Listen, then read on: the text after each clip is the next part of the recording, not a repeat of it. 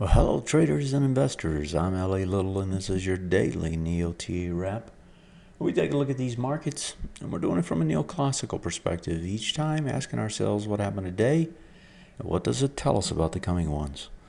I do the show 4 times a week, every Monday through Thursday, broadcast at or before 10 o'clock Eastern Time. It's archived on YouTube, and it's under the channel LA Little. If you want to subscribe, reach up in the right-hand corner and do so. Anytime I push content, you'll get a notification.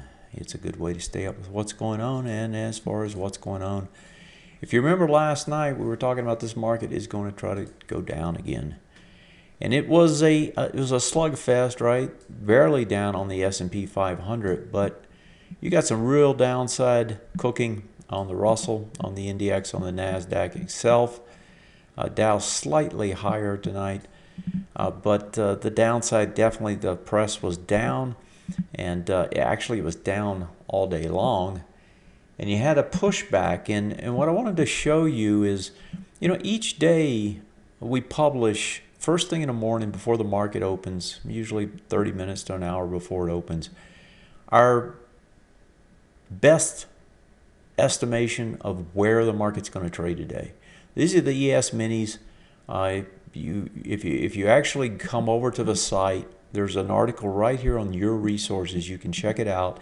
We're going to rewrite this. We're going to submit this actually to a Stocks and Commodities magazine here at some point.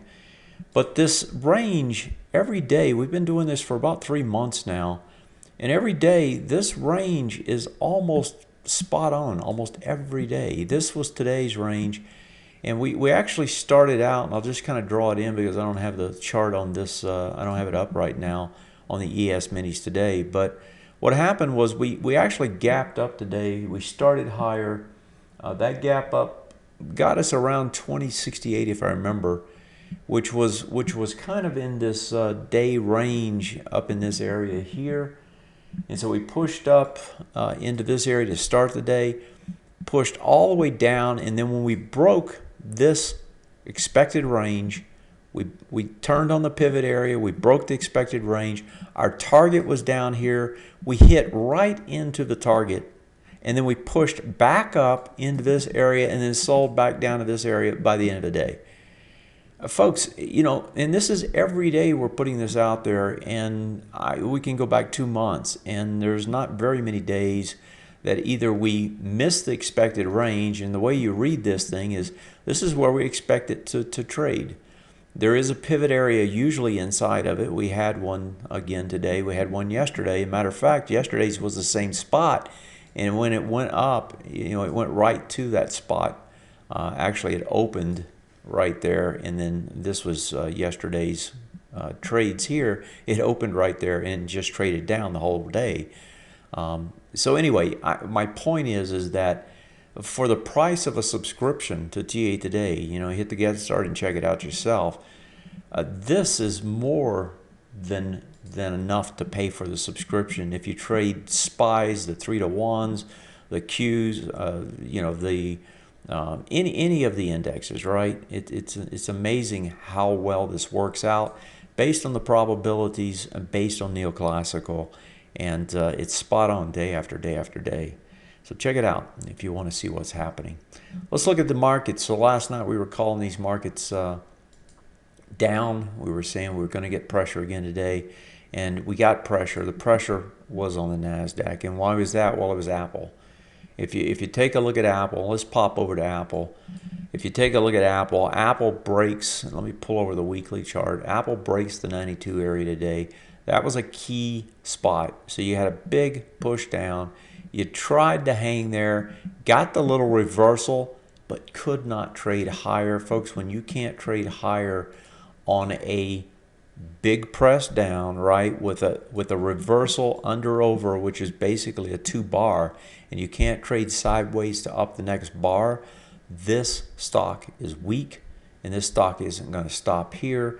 Let's pull over the monthly chart, look at the next stop on it, and you got a swing point high here. Low of that's 93.71. Looks like you're going to break that on the monthly, at least for now. and going to try to trade lower. You're breaking the swing point low here. Next stop looks like 79. Apple going to put continued pressure over the next few weeks on the NASDAQ and the NDX. So let's go to the charts. Go back to the NDX here.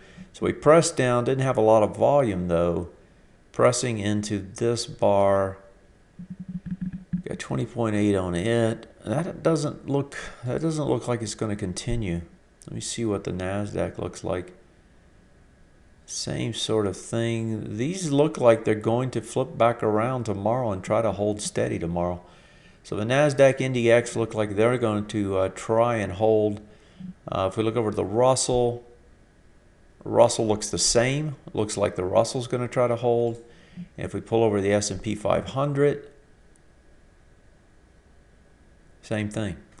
Looks to me like you're going to trade back to the upside tomorrow. So you get a lot of up and down, and I'll be dang if they're not going to hold it here, it looks like to me. So that's the way our indexes look. Let's go take a look at the overseas market and see if we can see anything there. Let me pop over to Europe first. You know, Europe was the one that we were keying on today that should have given us pressure, and that is exactly what it did. Europe gapped open, couldn't hold, and then gave it all up. Actually, they didn't gap. They gapped down, pushed up, and then reversed it all. And Europe's going to try and trade lower tomorrow. Yeah, Europe's going to try and trade lower tomorrow. Let's look at the FTSE. Out of curiosity, also looks like it's going to try to trade lower. Let's look at the CAC. The CAC also wants to trade lower. Let me see what Switzerland looks like.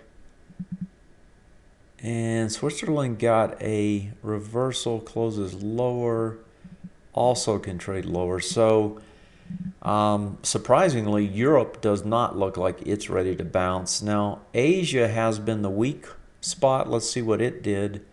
So Hong Kong trades down. Hong Kong trade a little bit lower and then probably reverse, get a bounce. Let's see what the Nikkei looks like. And the Nikkei also looks like it wants to try and trade lower as well. So I don't know how the U.S. is going to trade higher. Everything else looks like it wants to trade lower. Let me go quickly look at the Shanghai. And Shanghai is going to try to bounce. So Shanghai try to bounce. The others are going to try to trade a little bit lower. Europe also a little bit lower. U.S. markets, though, by the time it gets to us, looks like we're going to try to flip around tomorrow. So that's the way the indexes look. Let me look at over at the currencies, see if there's anything happening there. You know, we've been watching these, especially the dollar. So let me see what the dollar's doing. So if we flip over, see what the dollar has done. Okay, the dollar flips back around.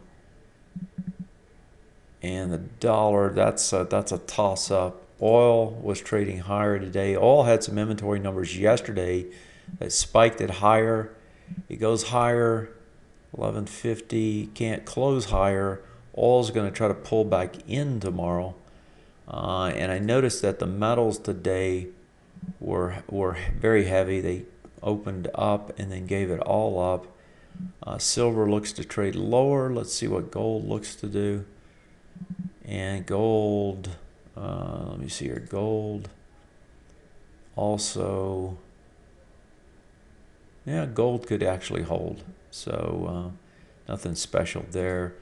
If I look at the euro really toss up too. So looks to me like the indexes are probably going to hold tomorrow, and even with some pressure in Asia and some pressure in Europe, that means we might open a little bit lower and then try to flip it around by the end of the day. That's the way it looks to me. I'm going to leave it at that. Join us. Look at some of the stuff we do, folks. I mean, if you trade at all, you know, for the price of a subscription here, you know, 1 or 2 trades, pay for your subscription for a year. Have a great night. Take care and good night.